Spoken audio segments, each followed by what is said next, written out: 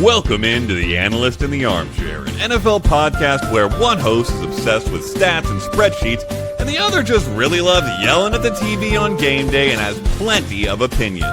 Together, Michelle and Nycole dive into player news, weekly matchups, and all the storylines you'll be talking about with your friends. Whether you're a hardcore or casual football fan, they've got something for you. What's up, everybody? I'm Nycole. This is Michelle, and we are the Analyst in the Armchair.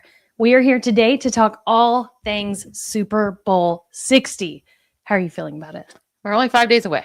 And, it's not the most exciting game in the world. No. In my opinion. It's going to be a heavy defensive game. Mm-hmm. But I do think, there has to be some sneaky score. Sure. These coaches have to get creative. Yeah. Well, I hope so.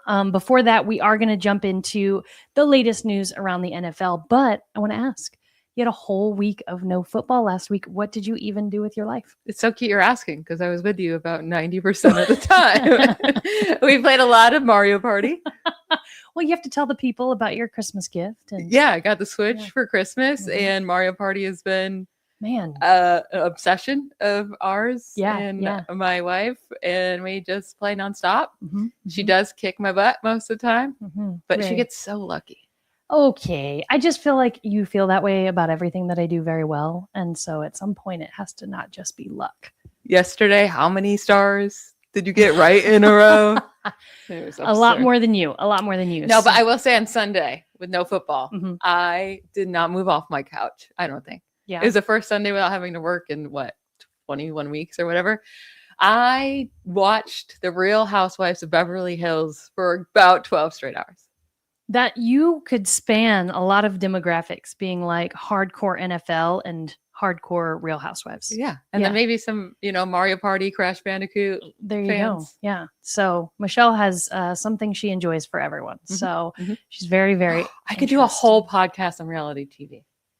I'm sure there are plenty out there already. That's true. Not that there's not for NFL. Did you enjoy your week off?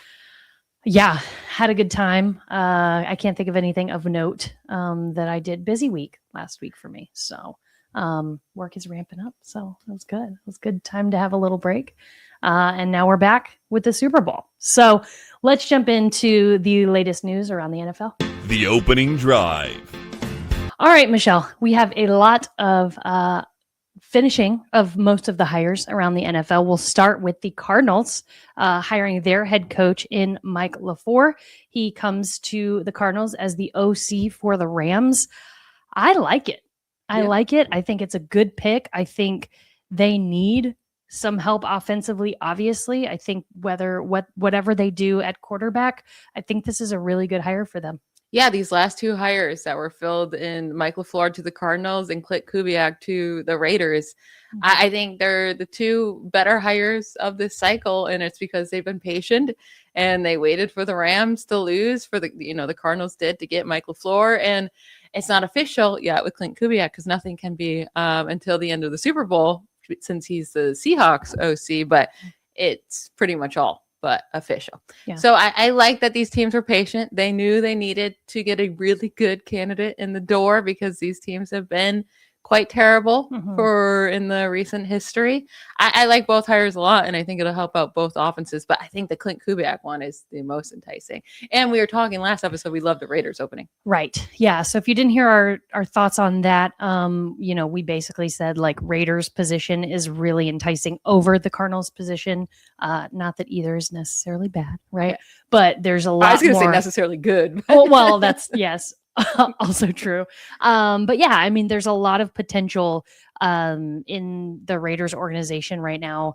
You can kind of come in and say, this is what I want to do, and nobody's going to bat an eye. Really. Yeah. So it's going to be interesting because Mike LaFleur has never called plays. So when he was with the Rams did have the number one offense this past year, but it's with Sean McVay, right? But we've seen a lot of these guys learn under these really amazing head coaches and thrive once they finally get their opportunity. I think Mike LaFleur can do that. And he has his brother to lean on too. I think that is huge. Right. So like give him some help for like head coaching advice. Yes, I totally agree with you. I think it's kind of fun, right? Yeah. To like be like, oh, we're brothers, or Yeah. you know, like the Jim Harbaugh situation, right? I don't know. I'm thinking my first year as a teacher, if I didn't have my sister working right next door to me in the classroom next door, I already wasn't that great of a teacher, but I would have really fallen apart. Yeah. Um, I think my sister and I working together, we've never worked together.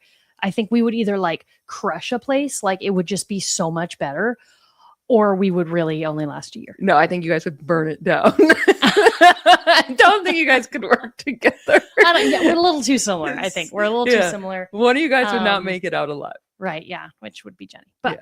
I digress. So the Giants hire Matt Nagy. Nagy as OC. What are your thoughts on this? It's so random to me. For whatever reason, Matt Nagy seems to be very, very trusted across the NFL. Like it seemed like he almost got the Titans head coaching job. And I'm listening to Patrick Peterson, maybe a Hall of Fame cornerback that retired as a Cardinal. I was just listening to an interview from him, and he's like, "Oh, I would really love the Cardinals to get Matt Nagy as their head coach." I'm like, "What?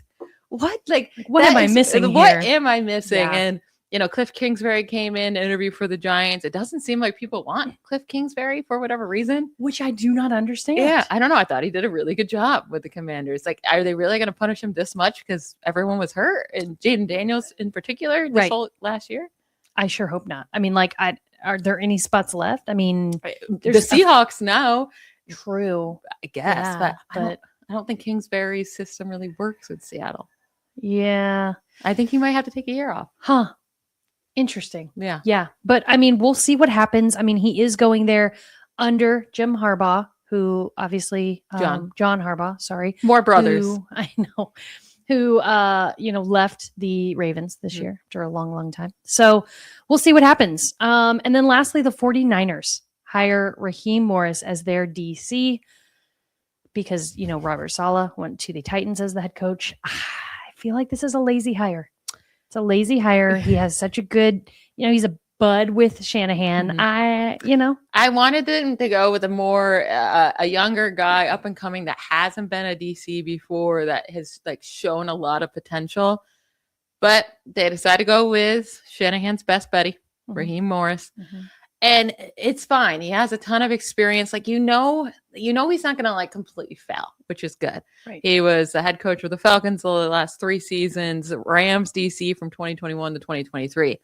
I will say, like, his defenses just never rank high, which is kind of concerning. When he was with the Rams, they ranked 15th, 21st, and 19th in points per game allowed, 17th, 19th, and 20th in total yards per game allowed each of those years. And then with the Falcons, 19th and 23rd in points per game allowed, and 15th and 23 in total yards per game allowed. So his defense is never ranked top 12. Yeah. Barely even not top a good 15. look. Yeah. No. So we'll see. I don't think he'll fail miserably, but he's working with some superstars coming off of major injuries, and then a lot of not outs. Yeah. Yeah. I think it'll be interesting to see. Obviously, as a 49ers fan, we hope that it works out and they can at least get in top 12. I mean, I don't think that's too much to ask, but like it is to Raheem Morris. Yeah, like you said, the track record is not great. His defense has never finished higher than 15th. So we'll see, with Fred Warner and Nick Bosa coming back. So that's it for our opening drive and any news around the NFL. We are going to move into Between the 20s. We will get to our Super Bowl predictions. What do we think is going to happen? And this episode, we're doing some bets. We're doing some FanDuel bets, what we like on the board. So that's next.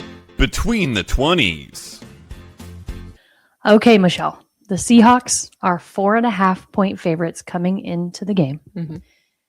What do you think is the biggest thing they need to do to win this game?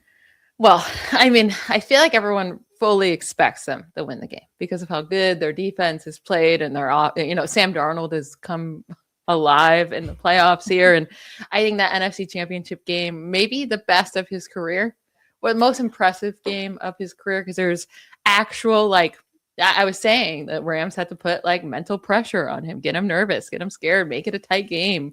And they did. And he still came through. He had a great game. Yep. He made me even apologize. He really did. He did. Now, I think the Patriots defense is slightly harder. It's different than the Rams, but the Patriots defense has been amazing in these playoffs. Mhm. I mean, they've, I think, total throughout the 3 games have allowed 54 points. Wow. It is the fewest by any team that has made a Super Bowl and played in. Well, to 3 be fair, games. one of those teams just kept throwing them the ball. So I don't know. I mean, it's not like they played these amazing teams, right? They played the Chargers. They played CJ Stroud and the Texans. Yeah. And then they played Jarrett Stidham Right. and the Broncos. So it's not the best. Sure. Yeah. And we've Schedule. talked all season long about their schedule Mhm. and how easy it was coming into the season. So to be fair. It's really this simple with the Seahawks. Keep doing what you've been doing. I mean, if Mhm. Sam Darnold continues to not turn over the ball, I think you win this game. It comes Yeah. down to, because they're good enough everywhere on special teams, in the run game, they're good enough. On defense, they're plenty good enough. It comes down to Sam Darnold not making that crucial mistake. Yeah. And now, can he go 3 straight games in huge moments, not making that crucial mistake? Listen, I mean, that game last week with Sam Darnold, 3 touchdowns, 0 interceptions, which Mhm. I think is the biggest stat line Yeah. for him. Mhm. 345-ish yards, right? A monster game offensively.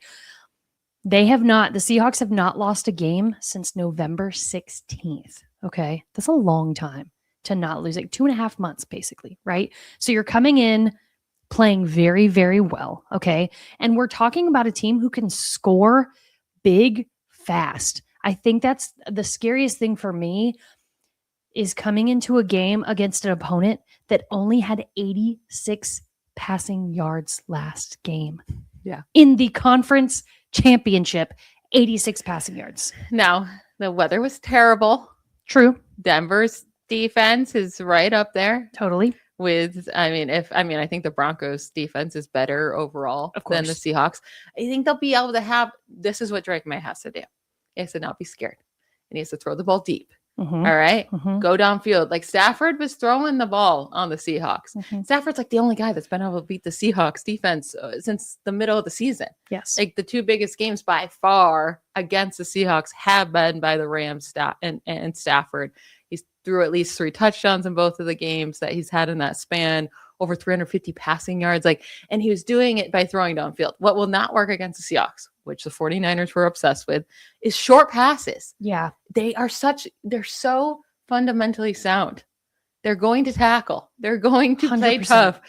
Stop with the short passes. And luckily, the Patriots do like to throw deep. And Drake May normally is pretty aggressive. Yes. And that is the one thing I said going into that Seahawks 49ers game is Brock Purdy has to be risky. He has to be risky to win this game. They weren't. They didn't. Right. And so I think what you're saying is totally true. Drake May has to go in there and say, I'm going to throw the ball. I need you to catch it. And we're going to go out there. And I mean, if this team doesn't score touchdowns, there's no way they win against this Seahawks team. Do we think it's just like a field goal game? Because I don't want to watch that. It can't be. No. I'll tell you why later when I, give you my score prediction, but there's no way. I mean, I'm just concerned. Drake May had 0 touchdowns last week. Well, this is the issue. So Against a team that has a backup quarterback. I spoke wrong. It's not the their defense has been amazing. They're allowing 8.7 points per game in the Right. playoffs, the Patriots. Right. It's fantastic. What the Patriots have done with the 54 points that I brought up, that's all they've scored in their 3 playoff games. And okay. that's the fewest by any team entering a Super Bowl that played 3 games prior to entering the Super Bowl. Yeah, that's not enough points to win a game against the Seahawks. No, and I mean, they were averaging 10 more points per game in the regular season than what they are in the postseason. Right. 28.8 in the regular season, 18 points per game in the postseason in the 3 games. Yeah. And it really comes down to Drake May's numbers just dwindling. And listen, he's had to face insane defenses. I mean, the Chargers defense, top-notch passing defense. The Texans, one of the best defenses in the All league, over 'em. if not the best. The Broncos, one of the best defenses in the league. And the Seahawks, one of the best defenses. They were the number 1 defense in points per game allowed this Right, season. right. So this has been a really tough, it's been easy for the Patriots in terms of who they have to face on offense. Mhm. But in terms of the Patriots offense, they've had a tough road with the defensives they've had to face. Well, and the problem going into this game, right, is Seahawks not only have a top tier defense, they have a really good offense. I think that's the difference in the Chargers, the Texans, and the Broncos with Stidham, right? So, yeah, I mean, I think this is like the ultimate test for Drake May of, okay, you won against these other three teams with these stellar defenses. Okay, we'll give you that. But what are you going to do when the other team can score points? Yeah, I mean, this is going to be a struggle for the Patriots to pull this out. They're going to have to come up with some creative plays. Mm-hmm. They're going to have to get the best out of Drake May. And this is a big, big game for such a young guy. I mean, he's only 23 years old. Mm-hmm. If he does win this game, he will be the youngest quarterback to ever win a Super Bowl. Wild. He's already the second youngest quarterback to ever start in a Super Bowl. He will be. Mm-hmm. But the youngest was Dan Marino. He lost miserably in his Super Bowl that he started at that age. Right. He lost 38-16. Can Drake May pull it together and win? Well, and here's the question, right? Last 3 games, 5 sacks every single game. That's 15 sacks in the playoffs. And it's going to continue. I mean, there's no way Seattle comes in and doesn't sack him at least 3 times, right? Yeah. So probably 5 again. So, right. So then there's the question, can he run? Can he make the right decision at the moments he needs to make them? And does he have good enough skill players, right? Like, I think the way he's performed this year, I still thought this year, like, we're going to see flashes from Drake May is what I assumed. Mm-hmm. Like, we're going to see, like, he can be a good quarterback in the league. We already saw flashes of that. His rookie season, I thought we're going to see a step up. I did not think we're going to see this amazing of a season because Stephon Diggs at his age, his wide receiver 1, and then you have Kayshon Boutte and Matt Collins and Demario Douglas and really Hunter Henry. Like, these are not great guys. Stellar guys. Yeah. I mean, Cooper Kupp might be, like, if he was put on this team, might be the number 1, right? Totally. So he doesn't have a JSN like Sam Darnold does. Right. I don't know if that's going to become the biggest issue. Well, and is that the key? Though, right? Is that the key? You don't have a JSN. You don't have just the go-to guy, right? So you've got running backs who more or less split the field. Okay. Not so much recently, but so, is it the power of we, right? And the power of, we have a lot of good guys, not one great or a couple great guys. Yeah. Is that the key? I don't know. I'm just wondering how many teams Kayshon Boutte, Matt Collins, Demario Douglas would even get on the field for, let alone be like massive players on a team. Yeah. Well, and I think it's the question, right? Yeah. What does the Patriots defense need to do to keep Sam Darnold off the field? You have to make him make a mistake. And I don't know if they have it in him. He has to throw an interception. Now, I think also for the Patriots, key here is going to be Christian Gonzalez controlling Jackson Smith-Njigba. 100%. We're talking about one of the best young corners in the league against one of the best young wide receivers in the league. Gonzalez ranked top 5 among corners in completion percentage allowed this year, yards per target, and passer rating allowed per Next Gen Stats, while JSN ranked top 4 in all of those metrics on the other side, in catch percentage, yards per target, passer rating when targeted. So this is going to be great on great. Mm-hmm. And it's not just Christian Gonzalez either, though, right? Because it's like JSN can't be covered, apparently.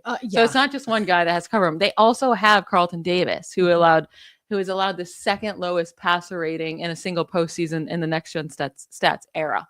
Like, what he's doing this postseason has been incredible. What he's done this year has been great. He was a great addition to the team. I think the secondary is their key to winning this game. They have to play lights out against JSN. Wow. Really, just against JSN. I don't get how it's so hard. Yeah. Why was he so wide open all the time? I know. What is happening? Which, good for him. I mean, that's no diss on the fact that, like, here's the thing. He was very good a few years ago. It's just he was outshined by Tyler Lockett at the time, kind of. and DK Metcalf. DK Metcalf, right? So the guy gets the opportunity and he seizes it, right? And he just seizes. Okay. Well, I was debating on seizes or seized, so whatever. So yeah, I mean, that's the thing is the guy got the opportunity and he did not waste it. So, there's that. What do you think about the tight end game here? Do you think one side has the advantage over the other? I mean, I like Hunter Henry more than AJ Barner. Sure. I guess. Sure. I mean, could we see a surprise? Or Jake Bobo. Watch out. Is Jake Bobo a tight end? Is he not? I think he's a wide receiver. Oh. I'll edit that out. I'm I'm pretty sure. Let me see real quick. My bad. Yeah, he's a wide receiver. I thought he was a tight end. My bad. Okay. Yeah, good. Hold on. I could see Hunter Henry scoring a touchdown. Like he's a big touchdown guy for the Patriots. Mm-hmm. That could happen. Mm-hmm. And that's one area you can beat the Seahawks is with a tight end, but that's also one area you can beat the Patriots too is with your tight end. I just don't know. Like AJ Barner was coming along towards the second half of the season, right? But then disappeared again. Yeah, they don't seem like guys to me that are like going to be utilized crazy. Hunter Henry is the exception, probably within a touchdown. But yeah, I agree with you. I think it's going to come down to how well can these quarterbacks execute getting the ball to their wide receivers, right? And then if somebody does get a lead, can they just coast, run out the clock with their running backs? I just want to see a game where a team just completely shuts down JSN and just sees how the Seahawks handle it. Yeah. There was one. What was it? The Vikings game? There was a couple games kind of towards the end of the season where he was a little non-existent. And you were like, oh, wow, is he human? It really was just the Vikings game. They did a really good job shutting him down, but they still won 26-0. So, right. So I think they're playing against Max Brosmer in that game, though. Yeah. Either way, JJ McCarthy or Brosmer. Right. Both garbage. Right. Yeah. Yeah. Okay. So a big game. That was fun to be able to say someone was garbage because we're talking about the Super Bowl and all these people are good. So right, I just needed to throw that in because I'm a hater. Yeah. Well, you always are. Yeah. I've ignored it at this point. You just hate on everything. Yes. I will say one person I don't even think we've mentioned, and we should just jump into our bets now. Yes. Transition to our bets. Let's do it. I think the key factor to the Patriots winning this game. Now, yes, it is the corners. I think the corners need to step up, play obviously good defense, but TreVeyon Henderson. I think TreVeyon Henderson needs to be more involved. Okay. And I think he could be the difference maker in this game because he has the ability to change a game with one play. 100%. So we're going to look at FanDuel bets, right? And I mean, their lines for TreVeyon Henderson are so low. Am I missing something? I think just the fact that, like, as of recently, Ramondre Stevenson has been the guy. And so TreVeyon had those couple games where he broke the 70, 80 yarder, got the touchdown, and everybody was like, who is this rookie? Yeah. And then it was like, the Patriots were like, nah, we're going to go back to Mr. Normal over here. Mr. 3 yards per carry. Then. Right. And he's been doing well. Don't get me wrong. But he doesn't have the breakout potential that Henderson does. So my favorite bet of Super Bowl 60 is, I think the easiest that you smash is for TreVeyon Henderson to have at least 5.5 rushing attempts. And you say, well, duh, and the odds are probably terrible. I'm not going to make any money. No, plus 112 odds. So if you bet $100, you bring home $212. Yeah. I mean, 112 in profit. But I just think he's going to have 6 carries in this game. I get it. In the AFC Championship, it was only 3. Mm-hmm. It was a terrible weather game. It was a close game against an extremely tough defense, and they just felt closer. They felt safer handing it to the veteran and Stevenson than trying to get cute with Henderson, especially in that weather. His capabilities not really going to be able to be utilized in that type of weather. He was also coming off a shoulder injury from the Houston game, so probably don't want to get him hit in a game in the cold. Right now, he's had a week off. They're going to warm weather. He's going to get more touches. He had 9 carries in the wild card round and 12 carries in the divisional round, even though he got hurt early in that fourth quarter. He's going to have 6 carries or more in this game. Yeah. That's should I put my house down on it? I don't know. I'm going to say no to that one, But no, I think you're totally right. I like Travion Henderson. So I have him at his over 40 yards plus 225. And that's his alternate. So yeah, Yes. I think his regular his yardage regular was crazy. only 24 and a half first, Yeah. and that's his scrimmage yards, rushing plus receiving yards. Right. So I think 40 is really doable, and I really like the return at 225. Yeah, if you want to play it safe, his rushing yards are over 17 and a half. Smash that. That's minus 110 odds. But his alternate line for rushing is 30 plus 225 as well. Taking that. Yep. So take all of it. They have his longest rush at just 7.5 yards. We know his capabilities of completely just tearing away. Bombs, yes. So he had 8+ yards as his longest rush in 10 of 11 games prior to the last 2 games where he hasn't been utilized as much. There you go. So go and look at Travion Henderson. We like it. Can I give you a crazy one on Travion Henderson? One last one on Henderson. Yes, do it. Most rushing yards in the game. So there's a list of guys on FanDuel, and you could bet who will have the most rushing yards in Super Bowl 60 among both teams. And Henderson's sitting at plus 2,000. Listen, Kenneth Walker's going to have a hard time against that Patriots run defense. He'll get the most carries in the game because he has no competition. But they haven't allowed a running back to have even 40 yards in any playoff game this year. The Patriots haven't. Right. So I don't think he leads it, and he has the best odds, but least amount of money you can make. Right. Maybe Drake May, maybe Stevenson. We know Sam Darnold doesn't run. I think Henderson breaks off one of those 60-yarders. He's going to get it. You're not wrong. I think the question there for me, and it's great odds, put $5 down, feel good about it. But I think the hard thing for me is if the Seahawks go up by a good 2 touchdowns or so, and they just run the ball the rest of let's say the whole second half, right? Like that's where I think that's tough. I think that's where it comes to like what you think the score of the game will be and how the game will go. Then yes, I could see that. If it's a close-ish game, I like it. If you think it's not even going to be close at all, I think it's going to be really close. I think would the put Patriots down my defense, coffee money, and that's about it. I think the Patriots defense is too good for it to be a blowout. Okay, I like it. Plus 2,000 is wild. Mm-hmm. Yeah. Okay, well, talk to me about another player on the Patriots. Do you have anybody else on the Patriots? I also like Drake May's rushing, honestly. So it's only sitting at 36.5 rushing yards. I know you like that one too. Yeah, I actually took his alternate again. I was a little man, I like when those pluses are higher than like 150. So I like Drake May over 50 yards plus 198.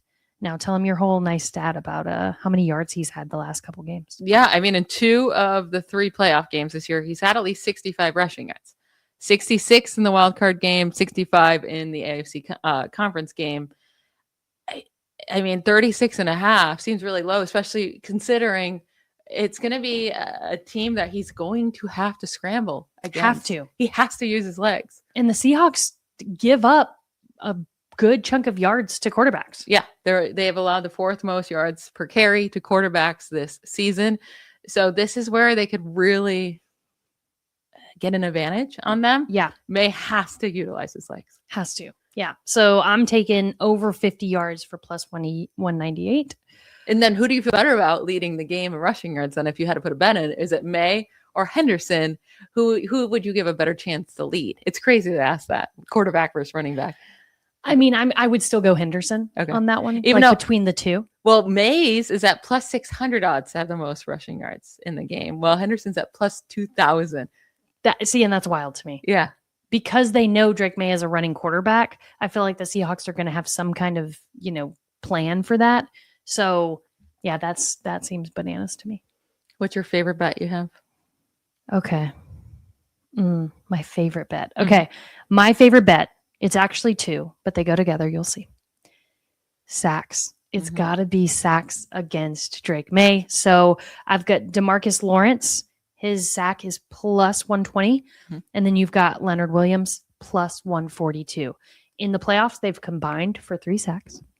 And in the regular season, they were just both really great. And I think them two coming into the game with some sacks already in the playoffs plus Drake May having 1 billion sacks against him. I just think it's easy money to pick those. I'm going to give you one more. Brian Murphy sack. I actually feel really good about this. Their defensive tackle last week, or I guess in the AFC championship game, I was saying Zach Allen, their interior defense lineman for the Broncos, to get a sack on Drake May because the guards are a little iffy and you can beat up on that left side of the line. And Murphy hasn't had a sack yet in the playoffs, but he was one of their top sack leaders for the Seahawks in the regular season. So Murphy to have a sack at plus 172.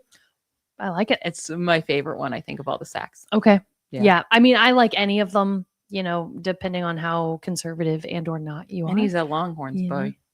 A boy. A boy. Yeah. Well, very good. We love UT. Yeah. So very good. So yeah, that's probably my favorite one. I'm going to go a couple touchdowns. Okay. Okay. Which feels wild because touchdowns they're hard to get, right? But I like, you're wild. Hunter Henry. Okay. Plus 230. Okay. He was one of Drake May's favorite targets for touchdowns this year. He had 7 in the regular season. Kayshon Boutte is also an interesting one. It's a little wild. He had 6 on the season. His odds are plus 320. Okay. What's Matt Collins? I'm going to look that up real quick. I don't know what Matt Collins is because he is not on my list. If you want to be a little more conservative and assume that they're going to be in the red zone scoring, again, you can go Travion Henderson plus 500. He had 10 on the season, mind you. And then Ramondre Stevenson plus 145. He had 9 on the season. So if you want to go red zone touchdowns, I'd grab one of those running backs. If you think Michelle's correct and their game plan will be to throw it, I like Henry and Boutte. And you know what? If you're going to go with one of the Patriots running backs, I do like Henderson a lot more than Stevenson because of how good the defensive line is for the Seahawks, that if they get around the goal line, it's going to be Stevenson who gets the opportunities to score. But I think that's going to be way harder to score. If they do score a rushing touchdown, I think it's from far out. Yeah. Whether it be Drake May takes off and runs it and gets a 15-yard rushing touchdown, or Henderson just really breaks one off. Yeah. So I would rather go that way, and you get paid more as well. Much more. I have a fun one for a touchdown. Okay. Any non-quarterback to throw a passing touchdown at plus 1,200. This has always been one of my favorites over the last few years. And it's hit 2 out of the last 4 Super Bowls. Wow. Yeah. So Joe Mixon threw a touchdown in the 2021 season Super Bowl for the Bengals. And then Juwan Jennings threw a touchdown for my 49ers in the 2023 season Super Bowl. So every other year, it's happening, right? It didn't happen in the 2024 Super Bowl. So now it's bound to happen in 2025. I have a crazy question. Did those teams win? I know no, they both lost. That's what I was going to say. Is that bad juju? Yeah. Is it bad juju to have a non-quarterback throw a touchdown? Who do we think? I'm just saying. Maybe Cooper Kupp throws one. I was going to say, was anybody a former quarterback like in high school or something? I can see Cooper Kupp throwing one. Sure. It's got to be a tall guy to get out of Sam Darnold's hands. Throw a touchdown. Wild. Yeah. Can you imagine? Cooper Kupp throws to Sam Darnold for a touchdown. Super Bowl 60. What up, Super Bowl 60? Yeah, that'd be kind of fun. Yeah. All right, I got a crazy Sam Darnold one, for you. Sam Darnold to record 30 plus passing yards in each quarter. Okay. This man's been a machine all year. He threw 1 billion yards. Okay. This guy likes to throw, especially likes to throw the deep ball. Now, again, if they break off and this game is not close at half, this one will be tricky. But 30 yards feels like a gimme each quarter. I mean, so the odds are plus 165. I like it. In the NFC Championship game, in each quarter, he had 114, 95, 97, and 40. Now, that was a super high scoring game, lots of yards thrown, but I like it. I think that's an easy, fun bet. Well, I have one for each quarter too. Okay. Kenneth Walker to have at least 10 rushing yards in each quarter. Do I think Walker will have a good game? No. But 10 yards in each quarter, is only giving him 40 rushing yards in the game, right? And I think he could still hit 60, 65 rushing yards. Yeah. But if I think he's going to get 20 carries, that's pretty bad efficiency. And that's what I think will happen. But at plus 240 odds, so nice payout. Wow. He had at least 12 rushing yards. Again, he only needs 10 He had at least 12 rushing yards in 7 of 8 quarters played in the playoffs this year. The only one he didn't was in the second quarter in the NFC Championship, and the Seahawks had only one drive during that quarter before the 2-minute warning. After the 2-minute warning, they were just throwing the ball. Right. So it went their one drive that he had an opportunity to run the ball. They went 4 plays, quickly punted. They just didn't. He had 1 carry in that entire quarter. Yeah. So as long as something crazy like that doesn't happen, where the Rams or the Seahawks never have the ball that quarter, I think he easily hits this. Yeah, and I don't think it's a game where the Seahawks are just sitting on the sideline waiting around. Yeah, that's very Rams-esque. Feels like. So I like it. It's a good one. And I have one more. Yeah, go for it. It's one more rushing one, but it's a fun one. Rashid Shaheed to have more than 4.5 rushing yards. This is all it comes down to. He's going to get at least 1 rushing attempt in the game. Probably exactly 1. 2 max, because he's never going to have more than 2. 1 or 2, right? But let's bet on 1. He has had at least 1 carry in 8 of 11 games played with the Seahawks. The issue is, does he get the 4.5 yards on that 1 carry? Feels far. It doesn't feel that far. I mean, he typically gets it. Okay. He typically gets it because a wide receiver, I mean, they're not expecting that as much. And the wide receivers typically can get their, an 8-yard carry on their 1 attempt. It's just, that's what you're betting on. The 1 carry, does he get it or not? Yeah. I like it. I like it. What's the odds? Minus 110. So it's not crazy. Okay. Not crazy, but just fun enough. Yeah. Right. Okay. Very good. Well, those are our bets. Now, let me ask you, will you be taking the spread? 4.5 for the Seahawks. I'm going to be rooting for the Patriots. Let's get that out there. I am wearing my 49er shirt. Right. Yeah, I think the Seahawks win. Listen, I'm taking it all day, every day of the week. I'm taking it. There's no way. I think there's a way. Like I can see a way. I see a path for the Patriots to win. Okay. I do just think the Seahawks are the better overall team. It's also being played on the West Coast. So, Seahawks fans have a lot shorter travel than Patriots fans. Yes. So it could probably feel very much like a home game, unless 49ers fans want to go there and just root Patriots, against, root against them. Okay. All right. So we're both taking the spread, 4.5 favorites for the Seahawks. But I don't like it. Not excited about it. Yeah. She's not, but I hope I'm wrong. But we're taking it. Yeah. All right. Well, that does it for our Super Bowl predictions and bets that we like. Stay tuned for a 2-minute warning. Who we think will win Super Bowl MVP? I would don't say stay tuned because it seems like we're ending the show. So are we not staying tuned for the 2-minute warning? I would say, but we still have one more thing for you. Okay. I'm just going to do the whole thing over. Okay. That does it for our Between the 20s. Next up, our 2-minute warning to talk about Super Bowl MVP. 2-minute warning. Alrighty, we're in our 2-minute warning talking about our Super Bowl MVP. I am going to start because mine is not exciting and I am not excited about it, but it's going to be Sam Darnold. I think after that NFC conference showing, I think he has got all that he needs to be happening. He's not seeing ghosts anymore. He's playing so well. I think he comes in there. I hope he has a turnover. I don't think he does. I think he does what he needs to do to get the Seahawks the win. I think he has a really good game. And ultimately, I think he gets the MVP. Unfortunately, it is in San Francisco. So your poor 49ers fans have to watch him win the MVP. Yeah, it'll be interesting with Sam Darnold because it's either, if they do win, it's either going to be Sam Darnold's had a tough enough time in the NFL. We're just going to give it to him. Mm-hmm. However, a few years back when the Rams were in it and Cooper Kupp was having his insane year, I remember saying on the 49ers podcast, this was like Matthew Stafford wasn't like thought of as like this elite quarterback like he is right now after Super Bowl and what he's done. Right. I was like, he's a low enough quarterback that's not automatically going to go to Stafford, like the Mahomes and like if Josh Allen was ever in it, or like one of those massive names. And I was like, if Cooper Kupp has a good game, he's going to win MVP. I think with Sam Darnold, the NFL is able to move away from him from MVP if he doesn't have like a 3 touchdown game. If he just has like 2 touchdowns, like a regular game, 220 yards or whatever, they're not going to feel pressure on them to pick Sam Darnold. Like Totally. he doesn't have that type of name and fan power, right? Okay. So that means I think Jackson Smith and Jigba will win, because I think if the Seahawks win this game and Sam Darnold has a good game, then JSN has to have a good game, right? Totally. And if JSN has 100 yards and a touchdown, I could fully see them giving this to JSN after the season he had. Like amazing season.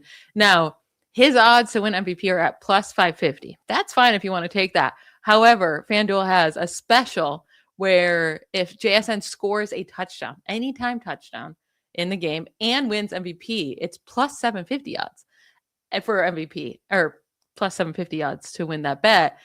And he's not going to win MVP without scoring a touchdown. Right. In my opinion. So it's a free 200 points. Yeah. Essentially on that bet. Yeah. So I like to go that route, because you might as well take the extra money.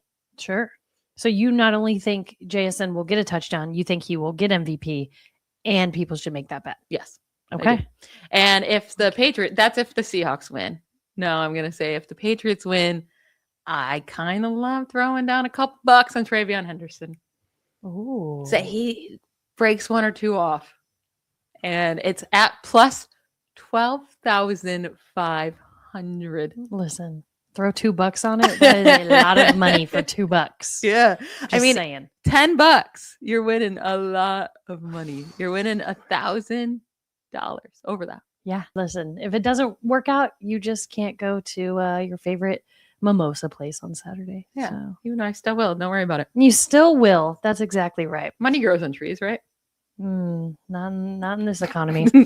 That'll do it for our show today. Please like, subscribe, follow, do all the things to help us out. But we hope you have a really good Super Bowl Sunday, that you hang out with your favorite people, and the team that you want to win wins it. Eat good food. Eat all the food, all the commercials, all the buffalo chicken dip. I'm like so excited about all these like teaser commercials that are happening right now. I'm like, can you tell everyone I make the best buffalo chicken dip? Michelle makes the best buffalo chicken dip, everyone. So it is actually very good. So looking forward to that. Well, now you're not getting it. We hope you guys have a really great rest of your week and weekend. We'll talk to you next time. Bye, y'all. Bye. Thanks for listening to The Analyst in the Armchair. Don't forget to subscribe, follow us on socials, leave us a review, and comment to let us know what you'd like to hear next time.